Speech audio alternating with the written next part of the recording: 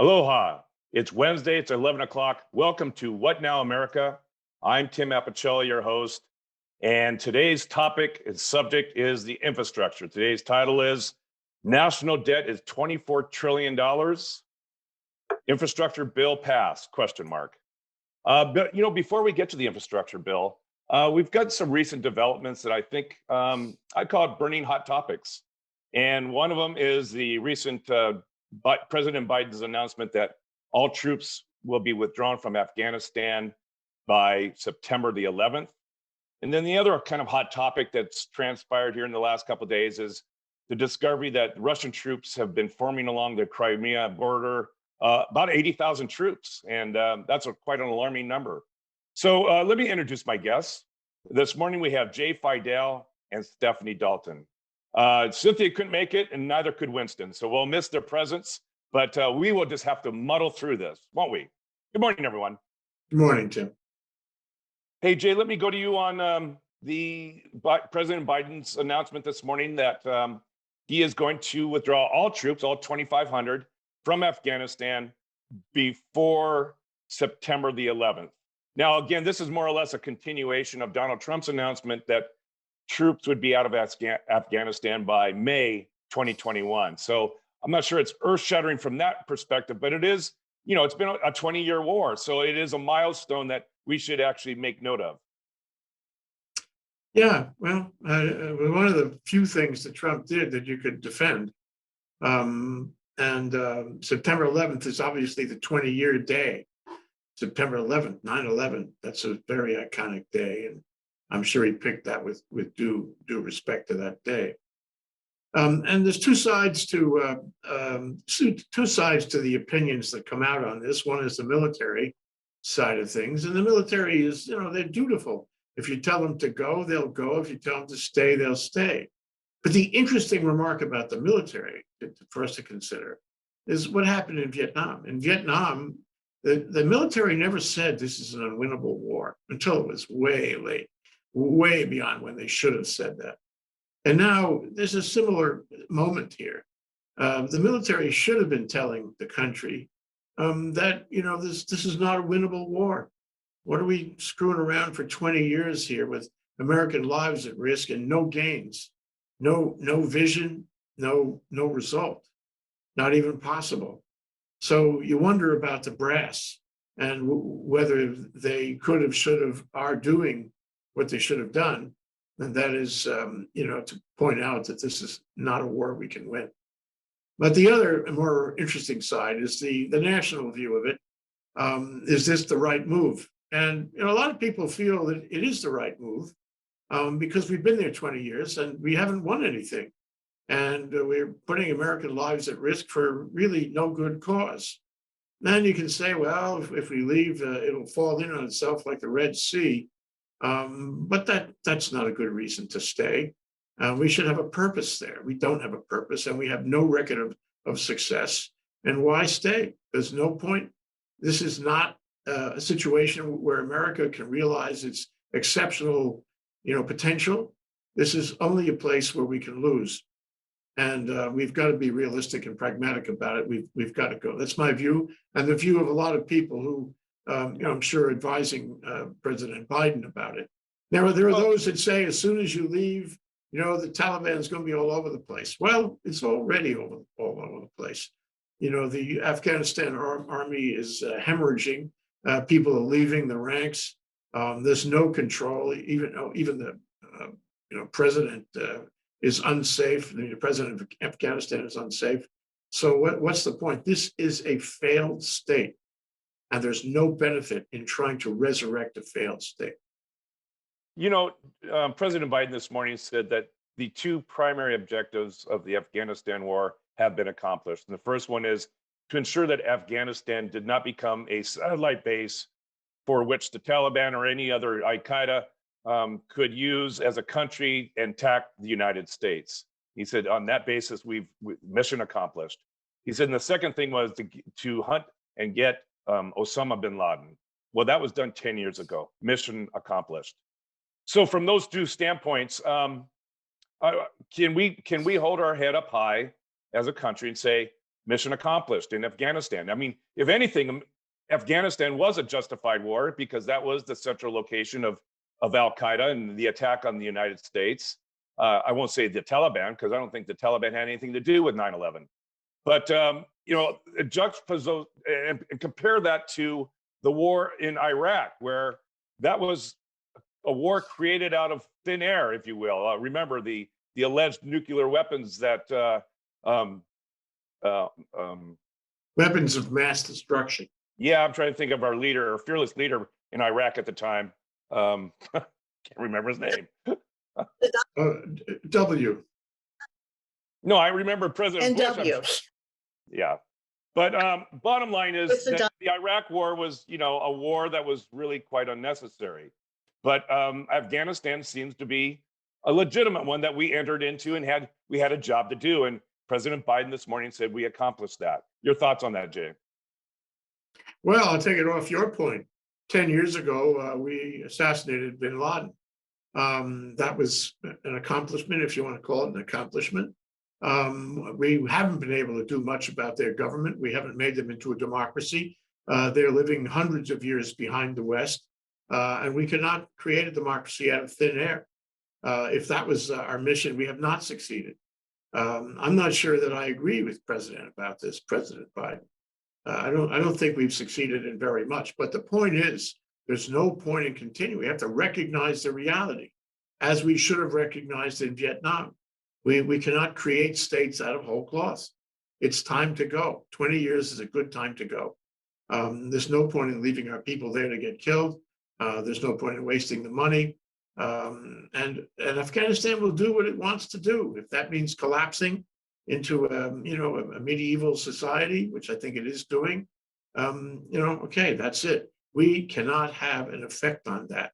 We have to recognize that. We are not all things to all people. And we have to address other issues in the world. This is not one of them. It's a question not only of priorities, but pragmatism. All right. Thank you, Jay. Hey, Stephanie, you know, this morning, President Biden said we're spending billions of dollars each year, and we have yet to create an ideal environment or condition in which we can withdraw. And I think I understand that point is at what point can you get out of there? Or, you know, will it be a 50-year war? What are your thoughts about this Afghan withdrawal and this milestone that after 20 years, the United States is formally saying we're leaving? Do you compare that to a Vietnam situation, or can we hold our heads up high as a nation and say we did what we needed to do and that's been accomplished? Well, I mean, such a complicated question, good question, and it is amazing that we went in there without really knowing, other than that was the source of the bin Laden hideout place, because it is, as Jay said, the medieval country, and we knew about the Russian history. So it does bring up, as Jay said, the chiefs, the Joint Chiefs, the people making these decisions. It's never, these are not well thought through rational decisions to do what we did, and we even had international pushback on certain Afghanistan. But it just seems that with all of the options that this country has to either punish or give consequences or change regimes, nothing was really moved through in any stepwise logical fashion, and I find that's deplorable, because there's been such a disruption to no purpose, in Afghanistan. And so, I just think that we actually owe them. And with only 2,500 troops there, that's the conclusion that, now we're down to just having advisors and people to help them shoot their guns and their Russian Kalashnikovs or whatever they have. Is that they're there for that? We're not even clear. What are they doing there now anyway? So it's certainly— Well, and I should also mention that it's not just the United States, of course. We still have NATO forces in there. We have other countries, which I think exceeds 2,500. So that also relieves those countries of their responsibility in Afghanistan. But it's so minimal, Tim. It's so ineffectual. Not like Iraq, where when we were there, we had you know, had as many people from Australia, and Spain. I mean, you met soldiers from all over the world.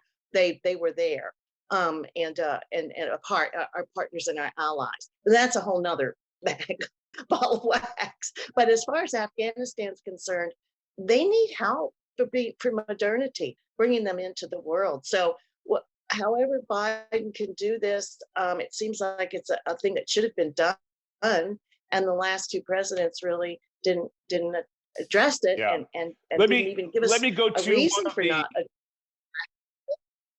let me go to one of the criticisms or the talking points that critics will have on this withdrawal. And by the way, just my opinion is I think it's high time to leave Afghanistan. But one of the critic will say, what about the women and children that will be forced to fall under the rule of harsh treatment from the Taliban, their rights as women and fair treatment under the law, and they're going to go to a very harsh Sharia type law again, that the current administration will buckle under, and we'll go back to these medieval times, which you guys have both described. Well, there are a lot of places in the world where women and children Well, are suffering. There's a lot of atrocities going on. We've had them on these shows. And we can certainly tell them not to do that, and we can have international criminal court type investigations afterward, but we can't occupy the country. How long are we going to stay there? Are we going to supplant their government? No way. So they're going to have to work it out. A lot of countries have to work it out, and we can't be everywhere doing all things for everybody. While I'm sure we're sympathetic, I'm sure the president is the sympathetic person in chief. There's really no point in us staying there and trying to resurrect the state. Stephanie, your last thoughts on that point? I'm sorry, I jumped in because it was about girls. But I think that yes, that has to go its way, because we've already made many efforts and we understand better how, as we've talked about before, these tectonic plates of values and principles and God and religion and culture, have to have their time to play out their roots to getting back together again, or be integrated, or be on behalf of all the people in their nations. But I did want to just mention a book that's been so ignored over all these years since Iraq, is one by Michener. It's one that is titled Caravans, and it's all about Afghanistan, and it's all about the beauty of the country and the culture and his entry into it in a particular main character role. And I highly recommend it. I think that it may be that because of the time, I think it's a 50s publication, there were some anti-Semitic statements in there that maybe that's kept it low on the list. But it's been beyond, I don't understand whether that book hasn't been more discussed, because you do get some insight into the history and the culture and what it all means. And as Tim says, and Jay, we can't be everybody's daddy and mommy. Yeah. We have to stand by. We've been accused of being the police of the world for a long time, and that's the role that we have been in. And Trump has, said he wanted to get us out of that, more of an isolationist viewpoint and philosophy. I don't think that works either. But in this world, it's not a binary choice all the time. It's not either or, black or white. So there's a happy medium in there somewhere. And before I leave this topic, the name I was looking for was Saddam Hussein. So my brain freeze has melted, and that's who I was thinking of. So. Hey, Yes, Jay, indeed. I want to go to you about this alarming troop accumulation along the Crimea. It's a 1,200-mile border, and all of a sudden you have 40,000 troops, Russian troops. About 10% of Russia's army is now along this border with Crimea and Ukraine. And the question is this Putin's way of testing Joe Biden so early in the administration?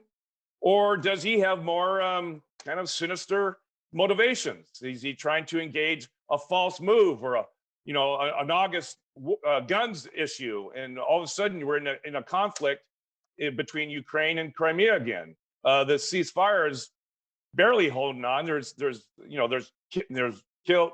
troops killed on both sides for the last few months. What do you think's going on, and what do you think Putin's up to? I don't know. The word Navalny pops up in my brain. It's all connected. He's really a rascal, Putin.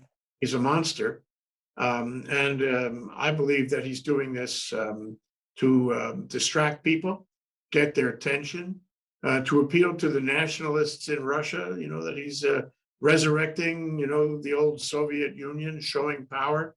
And he's changing the subject from Navalny and all the trouble in Russia. And I think he's provoking Biden. He's making trouble, which is what he's been doing for a long time. But this is trouble on NATO. It's trouble on Ukraine. Trouble on all his neighbors, Crimea. He's done this before. He'll do it again, and that he's testing. It's like a psychopath kind of testing. He's testing to see how people react. He's testing to see whether he can make further advances and get more territory. Been doing that for a long time. He still is doing it. And I agree with you. He's testing Biden. He's not going to stop, and it's connected to everything he's doing. And there is a method about the madness. I got a kick out of Putin's spokesperson, who is Dmitry Peskin. And he said, Russia has never been a threat to anyone. Then I thought, wasn't there something in 1962 called the Cuban Missile Crisis? It's either they forgot history, which I know the Russians never forget history. It's part of their daily menu, or they just think we forgot history. So Russia is a threat, and we'll see how this all turns out. Well, this is part of Putin's expansion of his own power. Remember, it wasn't a week ago that he extended his presidency for 2 more terms. He's going to be in there well into the 2030s. I want to say 2036. Really, as long as he lives, essentially. Yeah, he will never be thrown out of office. Yeah. He may have a figurehead like he did in the past, but no, he's there to stay. Stephanie, our Secretary of State Anthony Blinken said the following: "We're now seeing the largest concentration of Russian forces on the Ukraine border since 2014," and he called this disconcerting. So President Biden actually did call President Putin and to recommit a quote unquote unwavering commitment to Ukraine's sovereignty and territorial integrity. So there's a clear black and white statement from the United States to Putin. What do you think? What do you think Putin's up to? What do you think his next move may or may not be? Well, I like Jay's notion that he's taking out of Trump's playbook a shiny object to go back and harass. Yeah, you never know if it was Putin's instruction to Trump to do that or vice versa. I agree. Yeah, and I think that his character is very deplorable.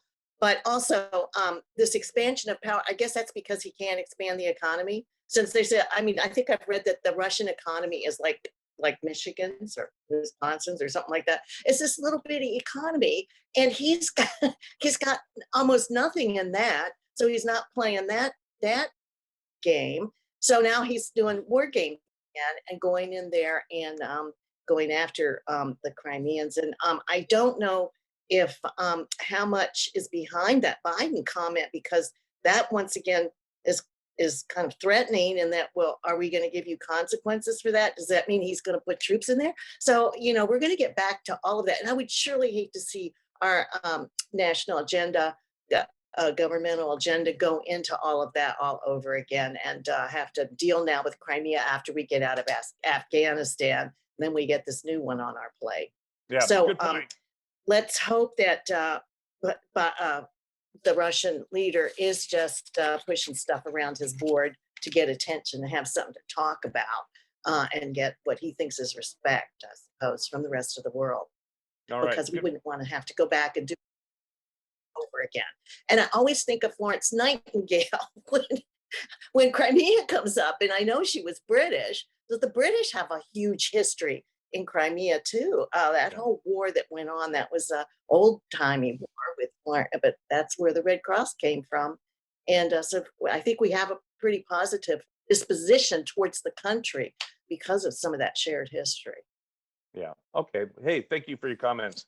Yeah. Speaking of national agenda and not getting pushed off the national agenda, the big one here on the board is obviously infrastructure. We got a proposed $2.2 trillion infrastructure bill that Joe Biden is pushing and touting, and many of his cabinet are out there talking about it and trying to gain acceptance. Jay, I think last week we talked about, you thought that everything that was mentioned in the infrastructure bill was appropriate. But let's talk about some of the specifics. We're looking at 20,000 miles of roads. We're looking at the idea of fixing 10 significant bridges, over 10,000 smaller bridges, replacing thousands of transit buses for transit agencies across the country, rail cars, airports, removing all the lead pipes for water. Clean water is part of this. Replacing the electrical grid, replacing high-speed broadband throughout the country, especially in the South. Rebuilding, now here's one, rebuilding 2 million homes and commercial buildings. Now I want to put that one aside for a second. Modernizing schools, that seems like an infrastructure bill. Remodeling childcare facilities. Let's put that one over to the side for a second. Upgrading Veterans Hospital, that certainly is part of our infrastructure, and that's part of the federal obligation. Repairing and modernizing federal buildings, that seems like an infrastructure issue. Creating jobs, raising wages, essential for home care workers. Let's put that one off to the side. So there's three things we have off to the side here. And the question is this an overreach from Joe Biden's administration to now classify those three things that we put off to the left? Is that really infrastructure, and should it be part of this bill? Well, it was originally based on the notion our economy was very vulnerable to a big downturn, a recession, depression, extending the troubles we had during Trump. And we had the Fed chairman on 60 Minutes last Sunday, and he was more optimistic than that. And the stock market is up to like 34,000 already on the Dow. So query whether we're in as much economic trouble. Now, my view is we are. My view is this is an economic tinderbox, and that 1% of the population is doing really, really well. Their wealth has doubled in the past year, and the other 99% are suffering, and there's a lot of people who are in poverty and don't have food. So if you measure it by the economy, I'd say that we're not really getting the facts on the economy. We don't have an accurate perception of the economy, and therefore Biden's original intention of trying to help the economy with this infrastructure bill, it was and is a valid concern. That being the case, and assuming that the economy is or will soon be in trouble, serious trouble, depression type trouble, my view is everything in that bill, let's go for it. I see this whole affair with Congress as a kind of metronome. One day it's to the left, the next day it's to the right, and the metronome goes back and forth, day after day after day, and nothing happens. Because Congress is not only dysfunctional, it's non-functional. Congress can't get anything done. Now we had the relief bill, okay, good. And he used all the mechanisms you need to get that through, good. And we were desperate at the time. We're still desperate in my view. But gun control, nothing. Voting rights, nothing. Immigration, nothing. And infrastructure is one of those things. We can't have nothing. It's okay to throw money at it. It's okay if not everything is going to be a perfect score. I don't mind if there are things that don't fall within the notion of infrastructure. That's definitional. The question is whether it helps the country, whether it helps the people. Call it whatever you want. Then everything that he is proposing is along those lines. So I still feel the same way. On the other hand, I want to mention that I think he put some of those things that you are concerned about in that bill, so there would be an opportunity for negotiation and conciliation, an opportunity to horse trade. But the horse trading isn't really happening, notwithstanding Joe Manchin's hopefulness, which I'm not sure is sincere. Its bottom line is the metronome it's going, and Okay. nothing is happening. And they talk about doing this thing for the infrastructure. Oh, maybe in June. What? June? Is it going to take that long? We have to do something. We have to resurrect Actually, the country. I heard that it was end of August when they thought this would come to the floor. There you go. I mean, I'm sorry, but so much can happen to the composition of the Senate between now and August. You never know. Joe Manchin might become a Republican. I mean, I'll throw that out there. Well, the bottom line is we are engaged in a war about the next election, 2022. Exactly. And the Mitch McConnell statement, we're not going to let anything from Biden pass, is with due regard for the fact that they want to paste him with failure, so that when they get to 2022, the elections are coming soon. In only a few months, the campaigns will start in earnest. In fact, they already have started. And so the problem is that this is all ramping up to that election. They want to stop him. They want to stop every initiative. And that's why all this pushback. Okay, so why is Joe Manchin participating? God knows. Okay, yeah, God knows, because if he's sincere and he's honest, and okay, so fine, let's take him to the table and negotiate those things which are unpalatable to the GOP. But this group has talked about for weeks and months that the GOP is an obstructionist party right now. They're under the influence of Donald Trump, which is obstruct everything. So there can be no victories for Democrats because the 2022 election is just around the corner. So either Joe Manchin is naive or he now is leaning towards a GOP ticket in the future. So hard to say. Stephanie, your thoughts about the infrastructure bill? Is it full of things that really don't belong there? Or is this the time to get something passed that by budget reconciliation process probably has the best chance of passing? So you might as well just load it up with everything you can, because who knows what will get passed in the future. And the hard question is, does Joe Manchin come on board with all these other things included in the infrastructure bill? Well, I'd like to just point out Jay's comments on putting everything, the kitchen sink in the bill, in order to have the broadest base for negotiation and compromise in there. But on the other hand, anything that is in there that isn't done completely or perfectly or looks a little bit weird, they're just, the Republicans are just jumping on all of that to make sure that people know that there's this, incompetence going on, trying to make that case. I just wish we could just get on together with something. And if that means, does that mean we have to go to war in Crimea to get the whole country to, be a little bit positive about what's going on? Is that the only thing that'll bring us together? I am just so tired of this constant pecking each other and trying to make the case that it's competence and these people have to go. I think that Tim, to your notion about Joe Manchin is just chilling, because if this is all about him swinging to the Republicans, that is just really vicious. That is a vicious act, and he doesn't seem to be that sort of man. But I'm sure the loyal opposition, or if he's playing some role, to just really help with that barrier we have, that conundrum we're in, where everything is just oppositional and adversarial. If he's about that truly, I see a little bit of that in what he says, but then you say that he might just be wending his way to the other side. I'd like to think that Joe Manchin is sincere in his overtures about bipartisanship and working with the GOP to come up with solutions, rather than a polarized Senate and a polarized House. I'd like to think that Joe Manchin's been around enough that he is sincere about that, but I don't know at this point.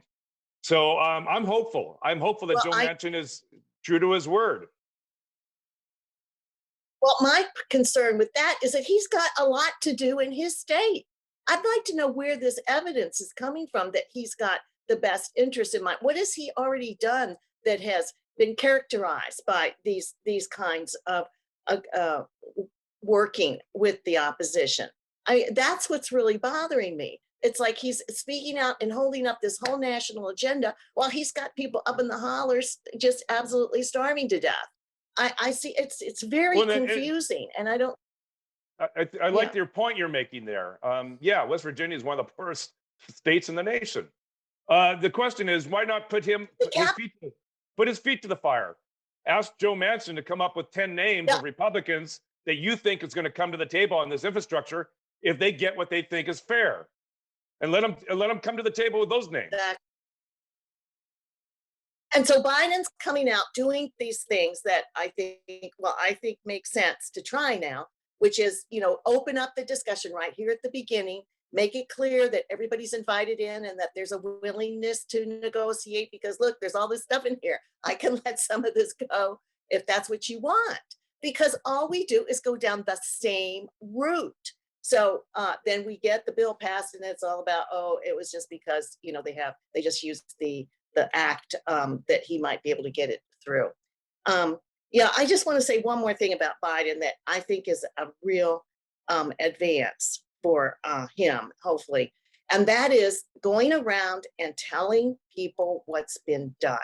They've put up all those billboards of mahalo thank yous to the people that are the Democrats that got that CARES bill through. And now he's making it clear and sending out people to make sure that people know who did this, because these others go out and just lie about it and take credit for it. So there's some stuff that Biden is doing that's lower on the viewpoint. I mean, it's under the radar, but not really. I mean, when you see a big sign say thank you to Biden, Yeah. but No, it's important. It's news every night. And Yeah, no, it's very and so important Obama, yeah. Now Yeah. Obama got none of that done. Trump didn't have anything to tell about, but he went yeah over it anyway, like the wall. So that I think that was one lesson learned from Obama that Biden learned, because that's one of the reasons I always felt that the Obamacare, with the more formal name, I can't remember right now, but the Affordable Care Act, it was just blasted from the beginning, and nobody ever came out and Yeah. said a nice thing Well, I about think it. And we now are in there a were no time politically. commercials. We're now in a time politically where we have to blow our own horn. It's unfortunate where your works don't speak for themselves. You now have to toot your own horn. Okay, we've run out of time. Jay, your last thoughts for this week and what the week to come? Oh, it all depends on Joe Manchin. They even with conciliation and all that, they still need to have 50 votes, and they need him. And I'm very concerned that there will not be an infrastructure bill or any of the other bills while Congress is so dysfunctional, non-functional. If there is an infrastructure bill, I think you're going to see the biggest dam you ever saw in your life in Arkansas. Is that where he's from? As Winston would say, a golden toilet for every household. Golden toilet. Otherwise, I'm afraid chances of an infrastructure bill are not that good. Yeah. Okay. Stephanie, your last Well, thoughts for this week and next week.